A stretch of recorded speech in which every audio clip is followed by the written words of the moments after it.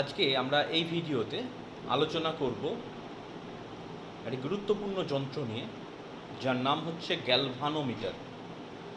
Galvanometer কী যন্ত্র? Galvanometer একটা এমন যন্ত্র যার সাহায্যে তড়িৎ প্রবাহ ডিটেক্ট করতে, অর্থাৎ কোনো বর্তনীতে তড়িৎ প্রবাহ যাচ্ছে না যাচ্ছে না সেটা বোঝার জন্য ব্যবহৃত হয়। শুধু তাই নয়, গ্যালভানোমিটারের সাহায্যে আমরা তড়িৎ প্রবাহের মানও নির্ণয় করতে পারি। তবে এটা খুব সেন্সিটিভ যন্ত্র। আচ্ছা, কীভাবে গ্যালভানোমিটার তৈরি হয়, তার গঠন কিভাবে কাজ করে, এই সমস্ত ব্যাপারগুলো তোমাকে জানতে হবে। তো প্রথমত বলে রাখি তাহলে গ্যালভানোমিটার, মূল আলোচনা, যে গ্যালভানোমিটার হলো তাহলে এমন একটা যন্ত্র বা এমন একটা তড়িৎ যন্ত্র যা বর্তনীতে তড়িৎ প্রবাহ নির্দেশ করতে কাজে লাগে এবং তড়িৎ প্রবাহ নির্ণয় করতেও কাজে লাগে। তুমি প্রশ্ন করতেই পারো যে আমি তো অ্যামিটারের সাহায্যে তড়িৎ প্রবাহ মেপে দিতেই পারি, তাহলে আবার হঠাৎ করে গ্যালভানোমিটার কেন? তার কারণ হচ্ছে গ্যালভানোমিটার হচ্ছে আরও সেন্সিটিভ, আরও সূক্ষ্ম। ঠিক আছে? তো গঠনটা সম্পর্কে প্রথমে জানবো। তার আগে বলি যে গ্যালভানোমিটার গঠন অনুসারে দুরকম হতে পারে। কীরকম? একটা টাইপকে বলা হয় চলকুণ্ডলী গ্যালভানোমিটার, আরেকটা টাইপকে বলা হয় চলচুম্বক গ্যালভানোমিটার। তাহলে গ্যালভানোমিটার মূলত দুই প্রকার। একটাকে বলা হয় চলকুণ্ডলী galvanometer, moving coil galvanometer, moving coil galvanometer. আর 2 নম্বর হচ্ছে চলচুম্বক গ্যালভানোমিটার, অর্থাৎ মুভিং ম্যাগনেট গ্যালভানোমিটার। তো নাম থেকেই বুঝতে পারছো যে গ্যালভানোমিটারে কুণ্ডলী ইটসেলফ, একটা কুণ্ডলী থাকবে এবং সেই কুণ্ডলীটা মুভ করবে। মুভ মানে কিন্তু এক স্থান থেকে অন্য স্থানে যাওয়া নয়, কুণ্ডলীটার অবস্থান মানে ঘুরবে। আমি ব্যাখ্যা করছি পরে। সেটা হচ্ছে মুভিং কয়েল গ্যালভানোমিটার। আরেকটা আছে মুভিং ম্যাগনেট, তার মানে ওখানে আমরা বিশেষ ধরনের একটা ম্যাগনেট ব্যবহার করব, বা আরও স্পেশালি বলতে গেলে আমি একটা ম্যাগনেটিক নিডল ব্যবহার করব এবং দেখবো সেই ম্যাগনেটিক নিডলটা মুভ করছে, নট নেসেসারি এক স্থান থেকে অন্য স্থানে, কোনো একটা অবস্থানের সাপেক্ষে ঘুরছে। সেই ঘোরার উপর ভিত্তি করে আমরা তড়িৎ প্রবাহের মান নির্ণয় করতে পারবো। তাহলে এই দুটো টাইপের গ্যালভানোমিটার হয়। যদি উদাহরণ চাই, চলচুম্বক গ্যালভানোমিটারের উদাহরণ হচ্ছে ট্যানজেন্ট গ্যালভানোমিটার। ট্যানজেন্ট কেন? ট্যানজেন্ট তার কারণ হচ্ছে এটা হচ্ছে সাইন কস ট্যান হয়, সেই ট্যানজেন্ট। কারণ এটার মূল তত্ত্ব আমরা যখন করব সেখানে ট্যান থিটা থেকে আমরা ক্যালকুলেশন আছে, সেই জন্য এই গ্যালভানোমিটারটাকে বলা হয় ট্যানজেন্ট গ্যালভানোমিটার। আমরা পরে আলোচনা করব ট্যানজেন্ট গ্যালভানোমিটার। আর চলকুণ্ডলী গ্যালভানোমিটার কোনগুলো? যেগুলো সাধারণত টেবিল গ্যালভানোমিটার, সাধারণত গ্র্যাজুয়েশনের ক্লাসে যে ধরনের গ্যালভানোমিটার ব্যবহার করা হয় সেই গ্যালভানোমিটারগুলো হয়ে গেল মুভিং কয়েল গ্যালভানোমিটার। তাহলে যদি মুভিং কয়েল গ্যালভানোমিটারের উদাহরণ চাই, তুমি লিখবে table galvanometer, simple table galvanometer. তোমাদের প্র্যাকটিক্যাল ল্যাবে যে গ্যালভানোমিটারগুলো পাবে সেগুলো কিন্তু নয়, সেগুলোর কার্যনীতি গঠন অন্য রকমের। এটা সাধারণত গ্র্যাজুয়েশনের ক্লাসে এই গ্যালভানোমিটার নিয়ে প্র্যাকটিক্যাল করানো হয়। যাই হোক, তাহলে আমরা মোটামুটি গ্যালভানোমিটার কি, গ্যালভানোমিটারের শ্রেণীবিভাগ করে ফেললাম। আমরা প্রথমেই মুভিং কয়েল গ্যালভানোমিটার নিয়ে আলোচনা করব। মুভিং কয়েল গ্যালভানোমিটার কিরকম? প্রথমে আমি গঠন নিয়ে বলছি।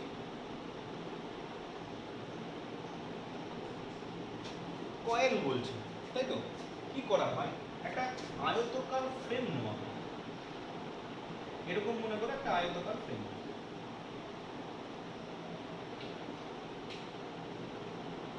অবভিয়াসলি ফ্রেমটা 3 ডাইমেনশনাল এবং এই ফ্রেমটার মাঝখানের অংশটা ফাঁকা। যেমন জানলার ফ্রেম হয় না, জানলা তৈরি করার আগে, বসাবার আগে কি করে চারদিক থেকে এইভাবে লাগিয়ে দেয়, অনেকটা সেই টাইপের ফ্রেম। ফ্রেমটা কাঠের হতে পারে, ফ্রেমটা অ্যালুমিনিয়াম হতে পারে, মানে এমন একটা পদার্থের হতে হবে যারা সাধারণত নন ম্যাগনেটিক। এই রকমের একটা ফ্রেম আমাকে নিতে হবে।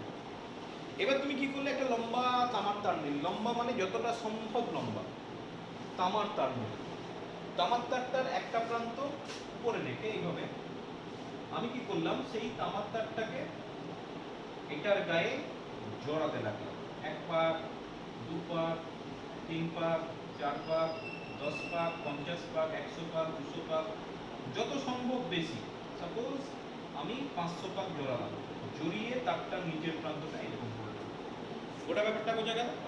আমি একটা যত সম্ভব লম্বা তার নিলাম, সেই তারটা নিয়ে এই আয়তাকার যে ফ্রেমটার কথা বলা হলো, সেই আয়তাকার ফ্রেমটার গায়ে এভাবে জড়াতে লাগলো, এবং জড়িয়ে জড়িয়ে বেশ খানিক পাক হয়ে গেলে সেটা ছেড়ে দিলাম। একটা তারের এই একটা প্রান্ত নিচের দিকে, তারের একটা প্রান্ত উপর দিকে। ঠিক? আচ্ছা, এবার বলি উপর প্রান্তে যেখানে শেষ হলো সেখানে একটা ছোট্ট মতো মিরর লাগানো হয়। মিরর কি জন্য লাগানো হয়? আচ্ছা, পরে আলোচনা করছি কেন এই মিররটা লাগানো হয়। আচ্ছা, এরপর থেকে যে তারটা থাকবে সেই তারটা কিন্তু আর তামার তার নেওয়া হয় না। আচ্ছা, বলে রাখি এটা হচ্ছে তোমার মিরর। এখানে যে তারটা ব্যবহার করা হয় সেই তারটা তামার নয়, সাধারণত একটা সংকর ধাতুর তৈরি করা হয় যেটার নাম হচ্ছে ফসফর ব্রোঞ্জ। আর নিচের দিকে একটা স্প্রিং এর ব্যবস্থা করা হয়, একদম একটা স্প্রিং দেওয়া হয় এবং স্প্রিং এর মাধ্যমে নিচের প্রান্তের সংযুক্ত থাকে। স্প্রিং এর মাধ্যমে কেন যুক্ত থাকে? সোজাসুজি যুক্ত থাকলে কি অসুবিধা হতো? দেখো, স্প্রিং এর মাধ্যমে যুক্ত করার মূল কারণ হচ্ছে যে এটা তো একটা বড় ফ্রেম এবং তার উপর তামার তার জড়িয়েছি, তাহলে এটার একটা সাফিসিয়েন্ট ওয়েট থাকবে। সেই ওয়েটটা নিচের দিকে কাজ করে, তাহলে ওয়েটটা এইখানটায় কাজ করবে। আমি যদি এখানে একটা স্প্রিং দিই, তাহলে সেক্ষেত্রে সেই স্প্রিংয়ের শক্তিটাকে কাজে লাগিয়ে এর ওয়েটটাকে আমি বেশ কিছুটা ধরে রাখতে পারবো। যদি আমি সোজা তার দিতাম, এর ওয়েটটাকে ধরে রাখার মতো কিছু থাকতো না। এর ফলে এর ওয়েটের প্রভাবে এই তারটা মাঝে মাঝেই ছিঁড়ে যাওয়ার সম্ভাবনা থাকে। ঠিক আছে? খুব বেশি ভারী বলে ছিঁড়ে যায়। তো ছিঁড়ে যাবে না যদি কি হয়, নিচের দিকটা আমি একটা স্প্রিং দিয়ে দিই। স্প্রিং তার স্থিতিশক্তি, তার মধ্যে স্থিতিশক্তি সঞ্চিত থাকে এবং সেই স্থিতিশক্তিকে কাজে লাগিয়ে কিছুটা হলেও ওয়েটটাকে মডিফাই করার ক্ষমতা রাখে। আচ্ছা, আরেকটা জিনিস এখানে করা হয়, এখানে একটা লোহার আয়তাকার চোঙ এর মধ্যে প্রবেশ করে রাখা হয়। কেন করে রাখা হয় পরে আসছি। আর যেটা করে রাখা হয় সেটা হচ্ছে এই গোটা সিস্টেমটা একটা চুম্বকের উত্তর দক্ষিণ মেরুর মধ্যে রাখা হবে। সাপোজ এদিকটা এন মেরু আর এদিকটা এস মেরু, বাকিটা দুটোটা তোমার একটা ফ্রেমের মধ্যে রইল। এটা হচ্ছে একটা গ্যালভানোমিটারের গঠন। নিশ্চয়ই তোমার মনে অনেক প্রশ্ন আসছে, প্রশ্নগুলো আমি বলে দিতে পারি এক এক করে। প্রথম কথা হচ্ছে ওই মিররটা কেন লাগানো হলো? নিশ্চয়ই তুমি ওই মিররের মধ্যে নিজের মুখ দেখবে না, ওইটুকু মিররে তোমার মুখ দেখা হবে না, কিছু তো কারণ আছে ওই মিররটা লাগানোর, পরে আলোচনা করছি। 2 নম্বর হচ্ছে ভেতরে আমি ওই লোহার চোঙটা কেন দিলাম, সেটারও একটা কারণ আছে, বলছি। নিচে একটা স্প্রিং দিয়েছি, কেন দিলাম? স্প্রিংয়ের ব্যাপারটা আমি অলরেডি আলোচনা করে নিয়েছি।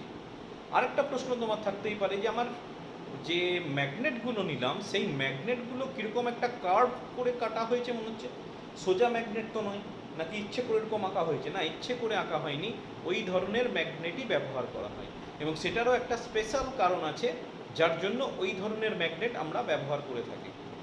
তাহলে এক এক করে উত্তর দিই তোমাকে। যে প্রথমে মিরর, না মিররের উত্তর এখন দেওয়া যাবে না, মিররের উত্তর আমি পরে দিচ্ছি। আচ্ছা, 2 নম্বর তুমি প্রশ্ন করতে পারো যেটা ছিল সেটা হচ্ছে এই আয়তাকার লোহার, কাঁচা লোহার চোঙটাকে আমি কেন দিলাম? তার কারণ হচ্ছে দেখো, এইদিকে একটা ম্যাগনেটের নর্থ পোল, এদিকে একটা ম্যাগনেটের সাউথ পোল। তাহলে expected the lines of force will move from the north pole to south pole.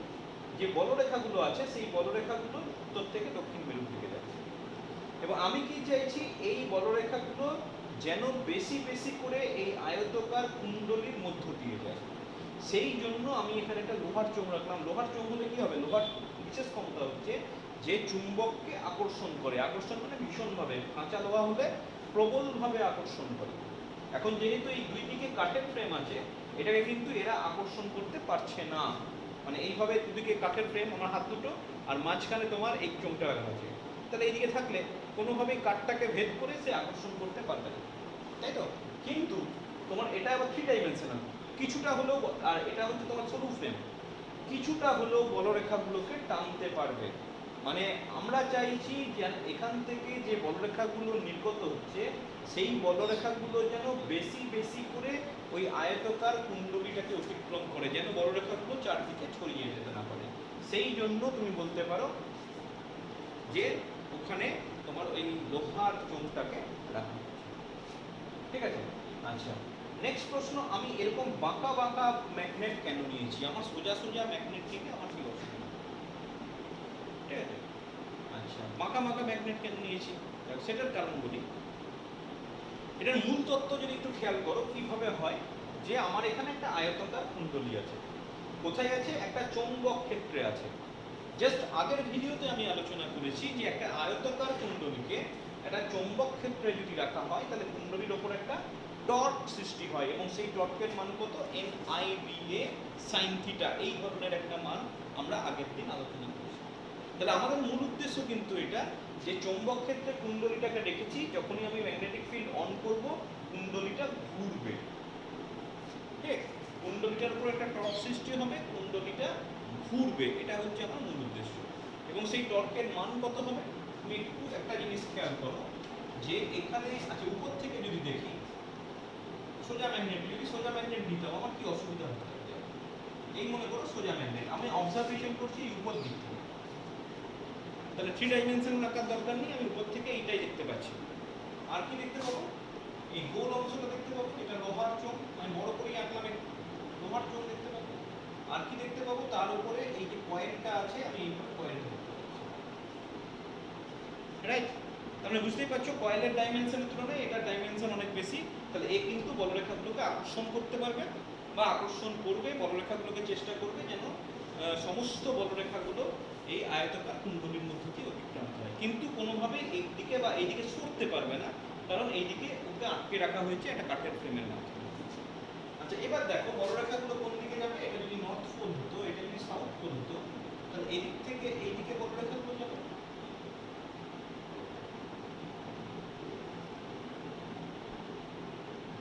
ঠিক আছে? এদিক থেকে এদিকে বলরেখাগুলো যাবে। তাহলে যখন আমি বলি, যখন তোমার এটার মধ্য দিয়ে কারেন্ট যাচ্ছে না, ম্যাগনেটিক ফিল্ড থাকলেও এটার মধ্য দিয়ে কারেন্ট না গেলে এটার উপর কোনো টর্ক তৈরি হবে না। তাহলে যেই আমি কারেন্ট, এটা কারেন্ট দেওয়ার আগে যখন I = 0, কয়েলটা সোজা অবস্থায় আছে এবং ম্যাগনেটিক লাইনস অফ ফোর্স কিন্তু কয়েলের মধ্য দিয়ে যাচ্ছে, কিন্তু এই অবস্থায় কোনো টর্ক সৃষ্টি হয়নি। এবার যখনই আমি I ≠ 0 করব, সেকেন্ড ছবিটা দেখো আরেকবার, এটা সেকেন্ড ছবি। এবার আমি I দিতে শুরু করলাম, কি এক্সপেক্ট করব? আমি এক্সপেক্ট করব যে কুণ্ডলীটার উপর একটা টর্ক সৃষ্টি হবে, এর মধ্যে যে কুণ্ডলীটা আছে কুণ্ডলীটার উপর একটা টর্ক সৃষ্টি হবে। এই মনে করো কুণ্ডলী, টর্ক সৃষ্টি হওয়া মানে কি? ঘুরবে। তাহলে যখন কুণ্ডলীটা ঘুরে যাবে, আচ্ছা এই অবস্থায় ভাবো, আমি যখন কুণ্ডলীর উপর টর্ক করিয়েছিলাম একটা n হ্যাট নিয়েছিলাম, এই যে এরকমের ছবি ছিল, কি করেছিলাম মনে করে দেখো, একটা n হ্যাট নিয়েছিলাম। n হ্যাটটা কি? কুণ্ডলীর তলের সঙ্গে লম্ব, আর এই দিকে কাজ করছিল ম্যাগনেটিক ফিল্ড, এই দুটোর মধ্যবর্তী কোণ ছিল থিটা, মনে করে দেখো। তাহলে এখানে কুণ্ডলীর তলের সঙ্গে যেটা লম্ব সেটা এইদিকে কাজ করছে, n হ্যাট এইদিকে, আর এইদিকে হচ্ছে ম্যাগনেটিক ফিল্ড। তাহলে এদের মধ্যবর্তী কোণ কত? 90 ডিগ্রি। বোঝা গেল?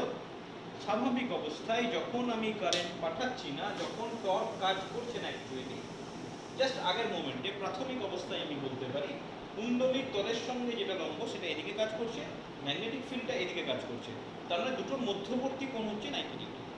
কিন্তু যখনই কুণ্ডলীটার মধ্য দিয়ে আমি কারেন্ট পাঠাতে শুরু করলাম, কপারের ওয়্যার আছে, তাহলে কারেন্ট পাঠানো শুরু করলে কি হবে? এটা ঘুরবে। তাহলে কুণ্ডলীটা এরকম সোজা থাকবে না, তাহলে কুণ্ডলীটা তখন কেমন হয়ে যাবে? কুণ্ডলীটা তখন হয়ে যাবে এরকম, সাপোজ এদিকে ঘুরে গেছে, কিন্তু লাইনস অফ ফোর্স কোন দিকে থাকবে? লাইনস অফ ফোর্স কিন্তু এই দিকে থাকবে। তার মানে এইদিকে n হ্যাট কাজ করছে, তাহলে n হ্যাট আর b এর মধ্যবর্তী কোণ কিন্তু 90 ডিগ্রি হচ্ছে না। তার মানে আমি কি পাচ্ছি? টর্কের এক্সপ্রেশন ছিল, মনে করে দেখো, NIBA sin থিটা। তার মানে এই রকমের সিস্টেম নিলে আমার থিটার মানটা কন্টিনিউয়াসলি পরিবর্তনশীল হবে, আর থিটার মানটা যদি কন্টিনিউয়াসলি পরিবর্তনশীল হয় তাহলে টর্কের মানটাও কন্টিনিউয়াসলি পরিবর্তনশীল হবে থিটার মানের সঙ্গে সঙ্গে। তাহলে আমার এখানে কুণ্ডলীটার উপর যে টর্ক পাবো সেই টর্কটা হবে পরিবর্তনশীল টর্ক, যেটাকে মেজার করা খুব কঠিন। তার কারণ হচ্ছে আমি এই থিটাটাকে মেজার করাটা টাফ, প্রতি মুহূর্তে থিটা চেঞ্জ হচ্ছে, তাহলে টাউটাও চেঞ্জ হচ্ছে। এই ধরনের পরিবর্তনশীল জিনিস নিয়ে কাজ করতে গেলে আমার ক্যালকুলেশনটা অনেকটা কঠিন হয়ে যায়, প্রতি মুহূর্তে টর্ক আমি বের করতে পারবো না, তাহলে ঠিকঠাক তড়িৎ প্রবাহের মানটাও সঠিকভাবে পাওয়াতে সমস্যা হবে। তুই বলবে আমি যদি কাটা নিচ্ছি তাহলে আমার কি সুবিধা হচ্ছে? কাটা নিলে আমার একটা সুবিধা হবে। কি সুবিধা হবে? আমি ছবি এঁকে দেখাই। আমি একটা ছবিতেই দেখাবো কাটার অংশটা। দেখো, মনে করো উপর থেকে দেখছি আবার এই ধরনের কাটা অংশ ব্যবহার করছি, এই কাটা অংশ ব্যবহার করছি। এদিকটা হচ্ছে নর্থ পোল, এদিকটা হচ্ছে সাউথ পোল। এখানে তোমার গোল করে এই কি বলে ওই চোঙটাকে নিয়েছি প্রাথমিক অবস্থায়। আচ্ছা, লাইন্স অফ ফোর্স গুলো এইভাবে থাকবে।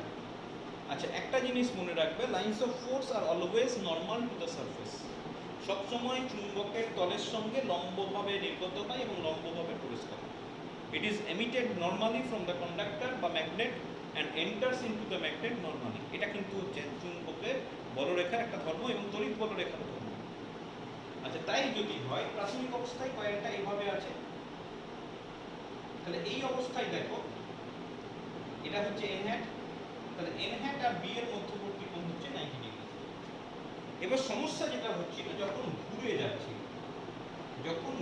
যাচ্ছিল, আচ্ছা তাহলে ঘুরে গেলে এই ব্যাপারটা ঘুরে যাবে। আমি ঘুরে ছবিটা আঁকছি, তার আগে খেয়াল করো লাইন্স অফ ফোর্সটা কিন্তু এক্ষেত্রে এইরকম হবে,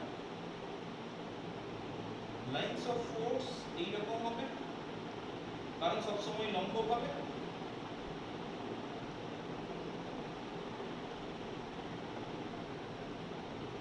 তাহলে যখন কয়েলটা এরকম জায়গায় আসবে তুমি খেয়াল করে দেখো, এটা হচ্ছে এন হ্যাট আর বিটা কোন দিকে?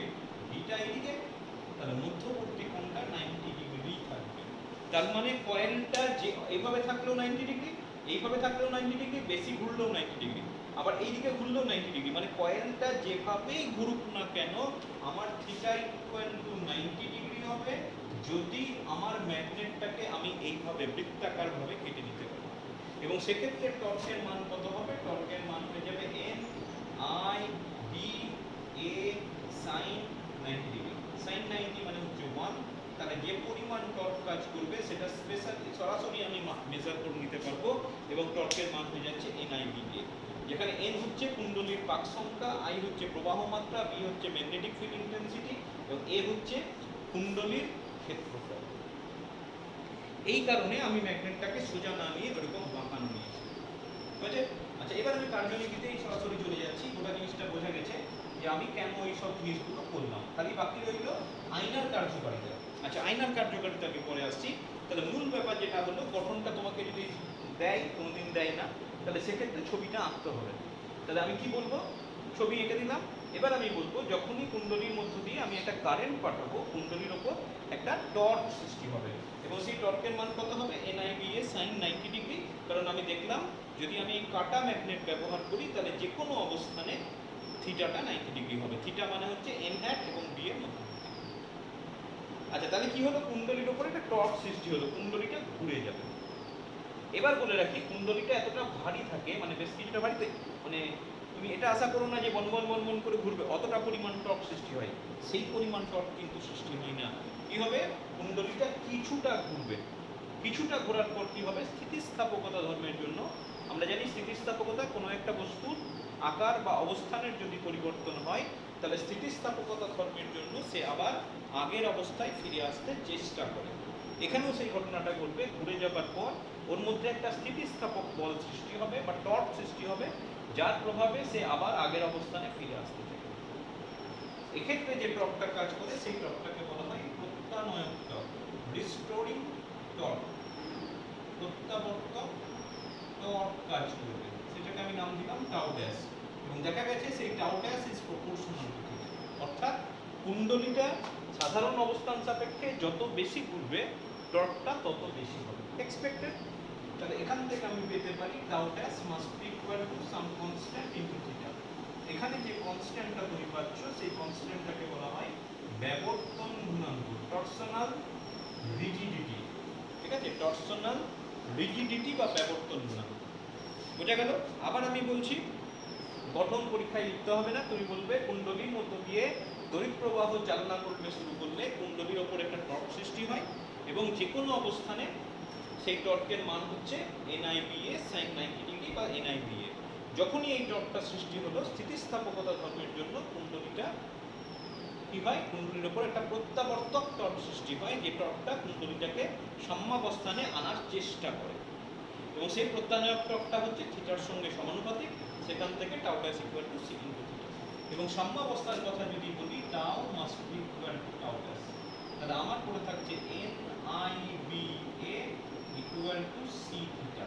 তাহলে আমার I ইকুয়াল টু পড়ে থাকছে C by NBA into theta.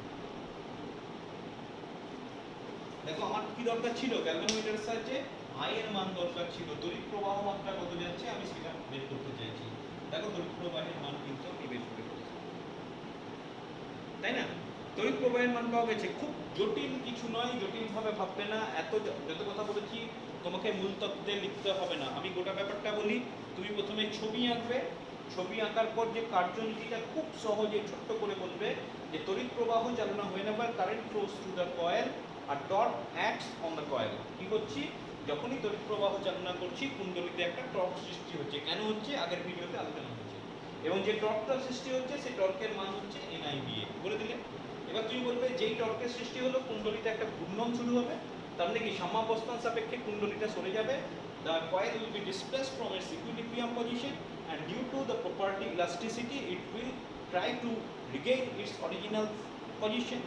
স্থিতিস্থাপকতা ধর্মের জন্য টর্কটা আবার বস্তুটা কয়েলটা আবার আগের অবস্থায় আসার চেষ্টা করবে সাম্যাবস্থানে, এবং এক্ষেত্রে যে টর্কটা কাজ করবে সেটাকে বলবো প্রত্যাবর্তক টর্ক।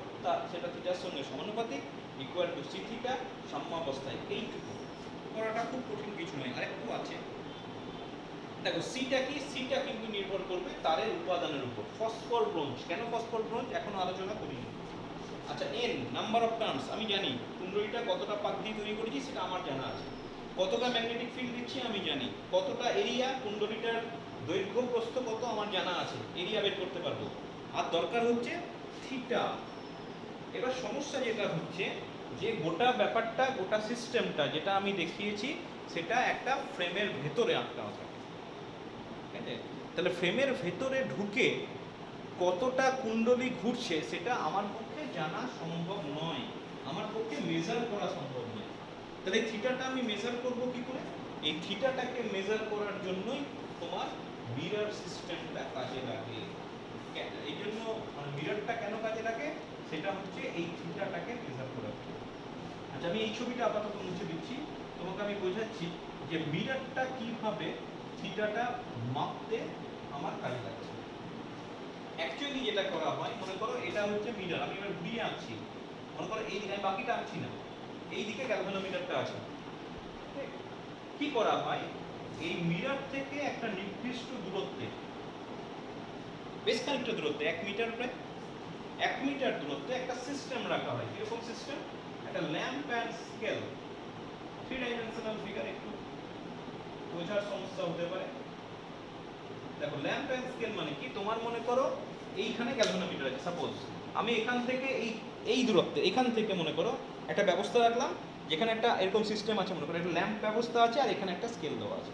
ঠিক এইভাবে ছবিটা একটু ঘুরিয়ে আনতে হয়েছে, সেই জন্য এরকম লাগছে।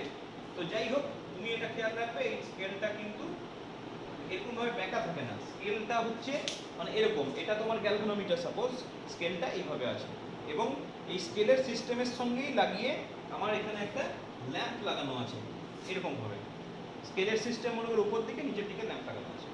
এবার ল্যাম্প কি করবে, ল্যাম্প থেকে যেই আমি জ্বালাবো এমনভাবে আমি অ্যাডজাস্ট করব ল্যাম্পের আলোটা সোজাসুজি এই মিররে এসে, এবং স্কেলটাকে আমি এমন অ্যাডজাস্ট করব যে রিফ্লেক্টেড যেটা রে আছে সেটা স্কেলের জিরো দাগটাকে টাচ করবে। ওটা তোমাকে একটু অ্যাডজাস্ট করে নিতে হবে যেন জিরো দাগটাকে, যদি তাই হয় তাহলে তুমি কি দেখতে পাবে, তুমি দেখবে এটা স্কেল, এদিকে এটা জিরো, এদিকে স্কেল আছে, আবার জিরো এদিকে স্কেল আছে। তুমি কি দেখবে, তুমি দেখবে এটা গোল একটা অংশ, এই আলোর একটা প্রতিবিম্ব এই স্কেলের জিরো দাগের উপরে এসে পৌঁছেছে। এগুলো আমার কি লাভ হবে? লাভ আছে, দেখো এবার যখনই কুণ্ডলীটা ঘুরবে, সাপোজ থিটা কোণে ঘুরবে, থিটা কোণে যদি ঘুরে তাহলে প্রতিফলিত রশ্মিটাও ঘুরবে। দেখবে একটা থিওরি করানো হয়েছিল যে আপতিত রশ্মিটাকে স্থির রেখে, আমি এখানে আপতিত রশ্মিটাকে স্থির রাখছি, যদি দর্পণকে থিটা কোণে ঘোরানো হয় তাহলে প্রতিফলিত রশ্মি 2 থিটা কোণে ঘুরবে, এরকম একটা থিওরি করানো হয়েছিল। Keeping the incident ray unobserved, if the mirror is rotated through an angle theta then the reflected ray will be rotated through an angle theta. তাহলে এখানে যখন আমি আপতিত রশ্মি স্থির রাখছি, কুণ্ডলী ঘোরার সঙ্গে সঙ্গে মিররটা ঘুরবে। মিররটা কতটা ঘুরবে? মিররটা 2 থিটা কোণে ঘুরবে। এবার যখন তোমার মিররটা ঘুরবে দেখা যাবে এই আলোর যে গোলটা আছে সেটা স্কেল বরাবর সরে গেল। কতটা সরে গেল সেটা তুমি দেখতে পাচ্ছ। সাপোজ 5 সেন্টিমিটার, 6 সেন্টিমিটার, সেটা কি করলে তুমি মেজার করে ফেলবে। আচ্ছা, কুণ্ডলী যদি থিটা কোণে ঘুরে তাহলে এই কোণটা কত হবে? এই কোণটা হয়ে যাবে 2 থিটা, যেটা বললাম reflected ray will be rotated through an angle 2 theta.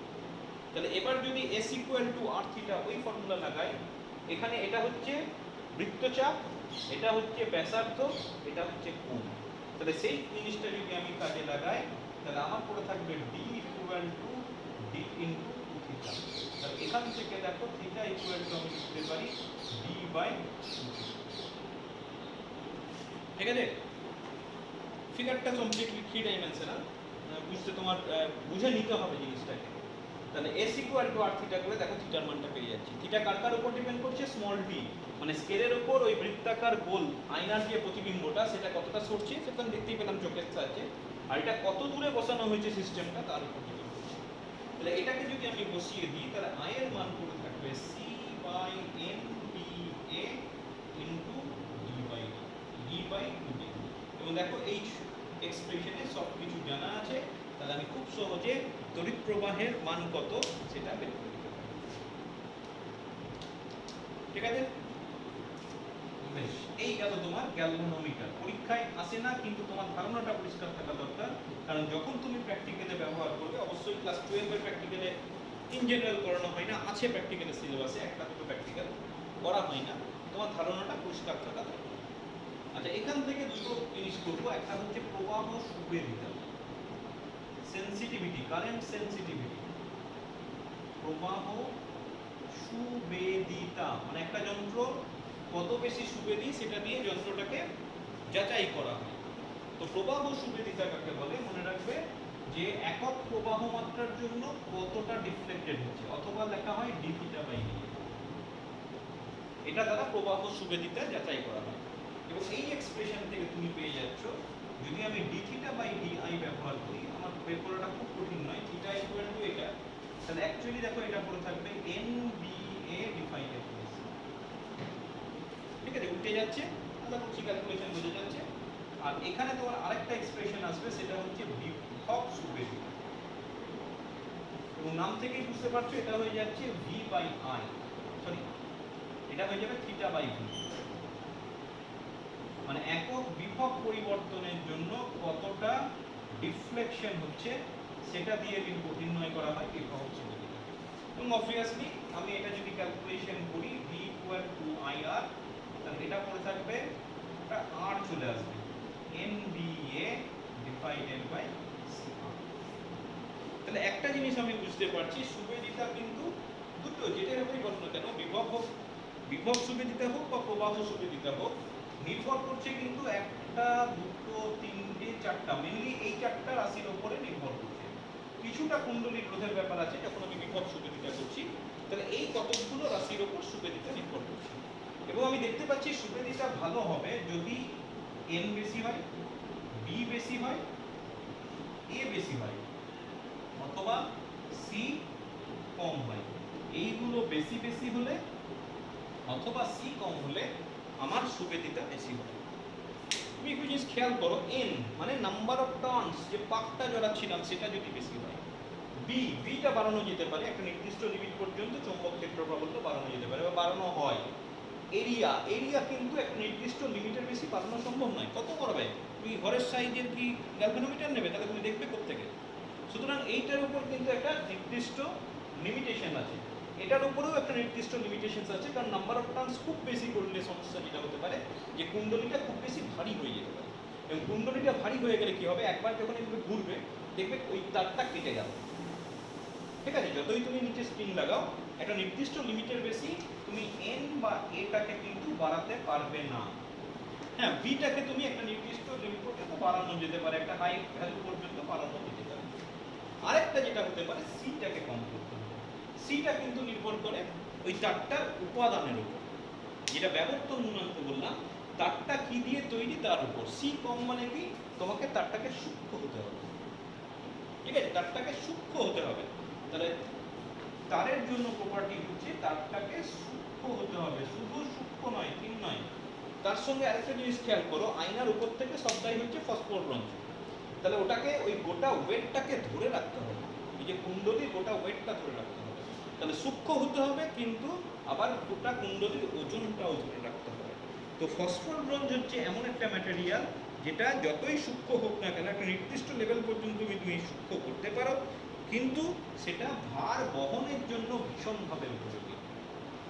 ঠিক আছে, ওজনটাকে অনেকটা ধরে রাখতে পারে, যে জন্য ফসফর ব্রোঞ্জ বলে ওই ধরনের একটা। ওটাটা তামার করা হয় না, তামার করা হয় না তার কারণ হচ্ছে তামা খুব বেশি সূক্ষ্ম করা যেতে পারে একটা নির্দিষ্ট লিমিট পর্যন্ত, কিন্তু বেশি সূক্ষ্ম করলে কি হয়, ওই ভার বহনের ক্ষমতাটা ভীষণভাবে কমে যায়।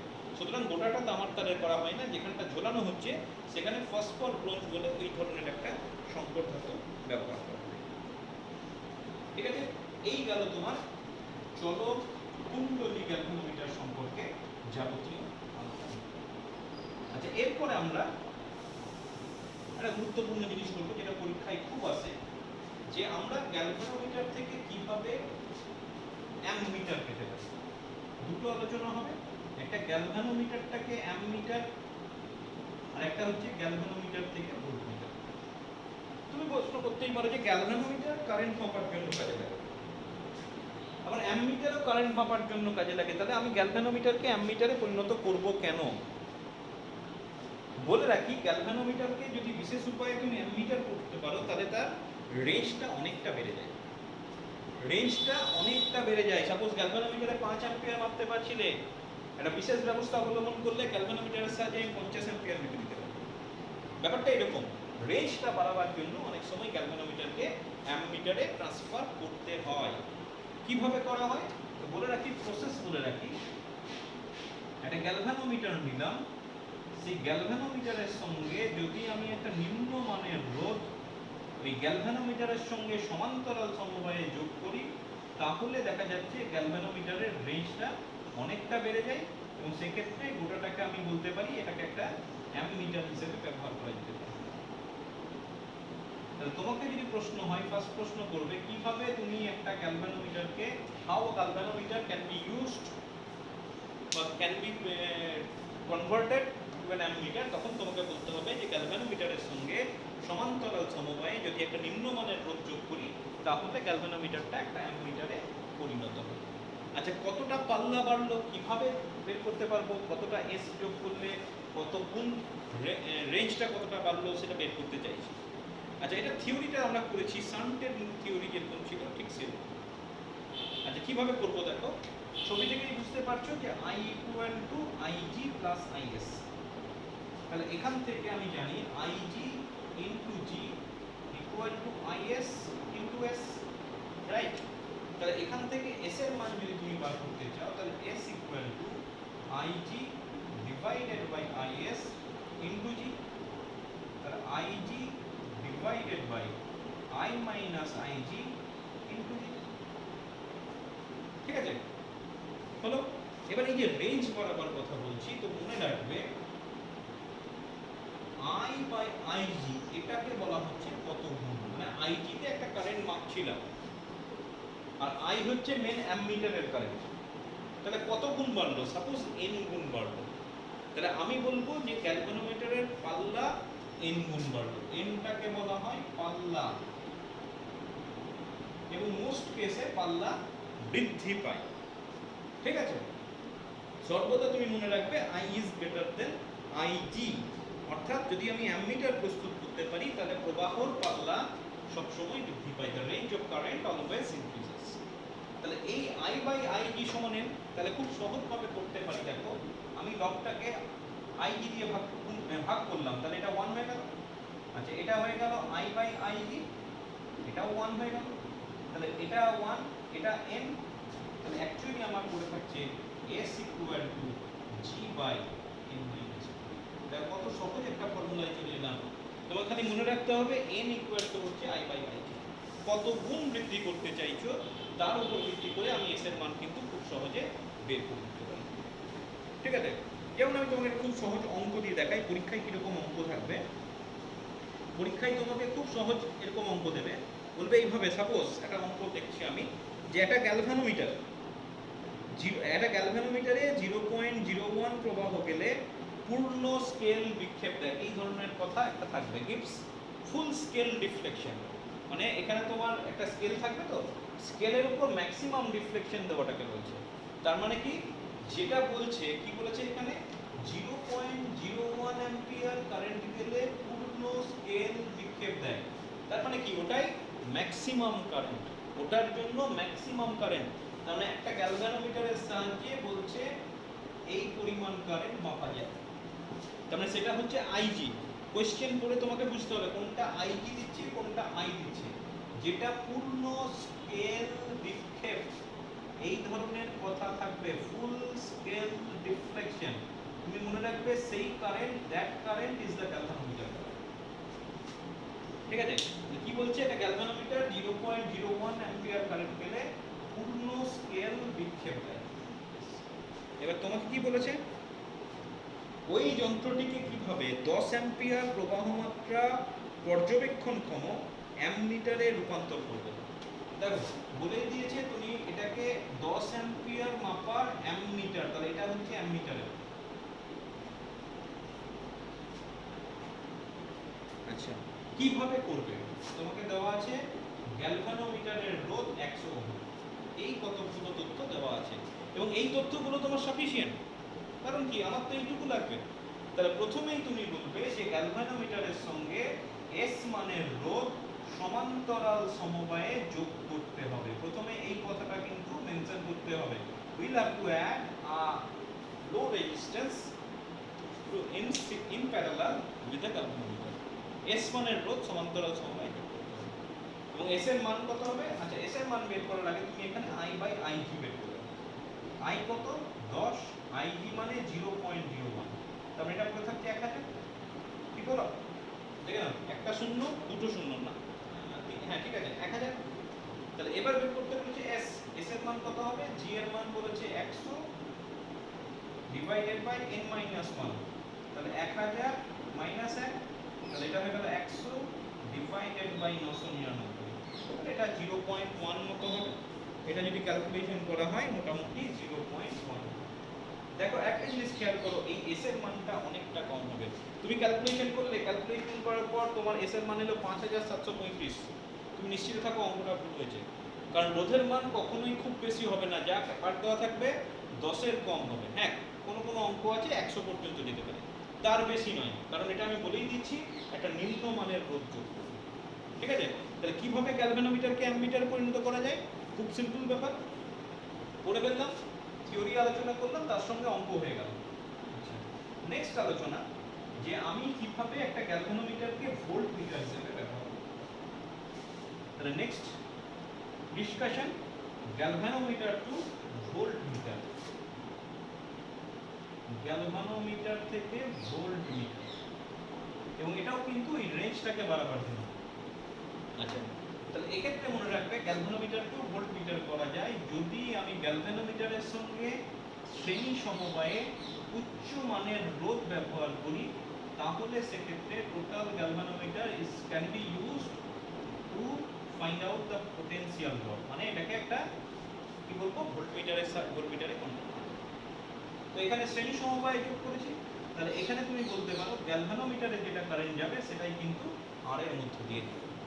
আচ্ছা, এখানে কিন্তু তুমি মনে রাখবে যে আর এর মানটা এবার তোমাকে বের করে দিতে হবে। মানে তোমাকে যদি প্রশ্ন দেয় কিভাবে করতে হবে, এটি গ্যালভানোমিটারকে ভোল্টমিটারে কিভাবে কনভার্ট করবে, প্রথমেই বলবে একটি উচ্চ মানের রোধ গ্যালভানোমিটারের সঙ্গে শ্রেণী সমবায়ে যোগ করতে হবে।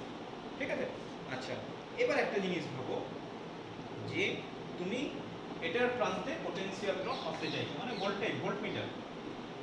তাহলে আমি লিখতে পারি V ইকুয়াল টু IG, তুল্য রোধ হয়ে যাচ্ছে G প্লাস R, থাকছে IG into G plus IG into R, ঠিক আছে, IG into G plus IG into R. তাহলে আমার পড়ে থাকছে, দেখো আমার আর বের করতে হবে না, তাহলে আইজি ইন্টু আর ভি মাইনাস আইজি ইন্টু জি, ঠিক আছে, আইজি ইন্টু জি। তাহলে আর এর মান যদি বের করতে হয় ভি বাই আইজি মাইনাস জি, ঠিক হলো, ভি বাই আইজি মাইনাস জি হলো। বেশ, তাহলে এটা হয়ে যাচ্ছে সেই আর এর মান যেটা শ্রেণী সমবায়। আবার বলি এখানে পাল্লাটা বৃদ্ধি হবে, এবং পাল্লা কিভাবে পাবো, ভি বাই ভিজিটা হয়ে যাচ্ছে, এটাকে বলা হচ্ছে রেঞ্জ বা পাল্লা, যে যত গুণ তুমি বৃদ্ধি করছো। আগেরটা ছিল আই বাই আইজি, এটা ভি বাই ভিজি। আচ্ছা, এবারে আমি ভি বাই ভিজিটা ওই এক্সপ্রেশনে আনতে চাইছি আর এর মান।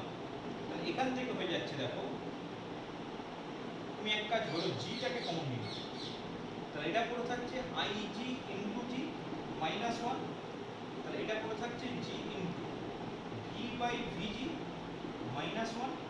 তাহলে খুব সহজ হয়ে গেল, G into N minus one.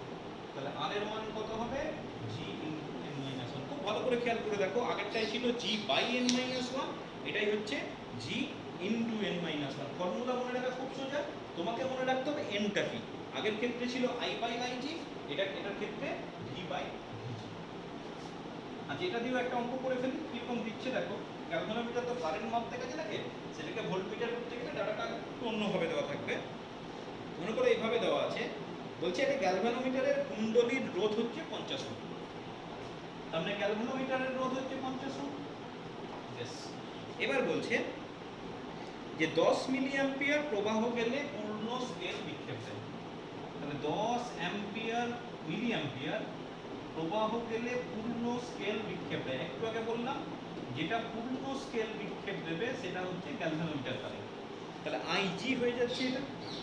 আচ্ছা, এর সাহায্যে 100 ভোল্ট বিভব মাপার মতো একটা ভোল্টমিটার তোমাকে তৈরি করতে হবে। তুমি কিভাবে তৈরি করবে, ওকে? তাহলে বুঝতেই পারছো, প্রথমে তোমাকে কি বলতে হবে, তোমাকে প্রথমেই বলতে হবে যে আমাকে যদি ভোল্টমিটার পেতে হয় তাহলে আমাকে একটা উচ্চ মানের রোধ শ্রেণী সমবায়ে যোগ করতে হবে। কত মানের রোধ, সাপোজ আর মানের রোধ যোগ করতে হবে। তো আর মানের ফর্মুলা আমি জানি, প্লাসে করব, তার আগে আমি করে নেব এন। এন মানে কি, ভি বাই ভিজি। ভি হচ্ছে 100। আচ্ছা, ভিজি মানে কি, আইজি ইন্টু জি। তাহলে এটা হয়ে যাচ্ছে 100। আইজি মানে হচ্ছে 10 টু দি পাওয়ার -2, আর জি মানে হচ্ছে 50। তাহলে এটা করে থাকছে 50 দুগুণে 100, তাহলে কত হচ্ছে 200 নাকি। তাহলে এর মান হয়ে যাচ্ছে 200। তাহলে আর এর মান কত হবে, R equal to G into N minus 1। G এর মান 50, এটা হচ্ছে 200 মাইনাস 1, তাহলে 50 ইন্টু 199। দেখো এই রকমের একটা রোধ আসছে, এবং অবভিয়াসলি দেখো রোধের মানটা উচ্চ মান। এখানে যদি আবার রোধের মান 1-2 ওহম বা 10 ওহম আসে তাহলে বুঝতে হবে তুমি কোথাও অঙ্কটা ভুল করছো, ঠিক আছে? এক্ষেত্রে রোধের মানটা অবশ্যই উচ্চ মানের হতে হবে। তাহলে এভাবে আমি খুব সহজে একটা গ্যালভানোমিটারকে ভোল্টমিটারে কনভার্ট করতে পারি।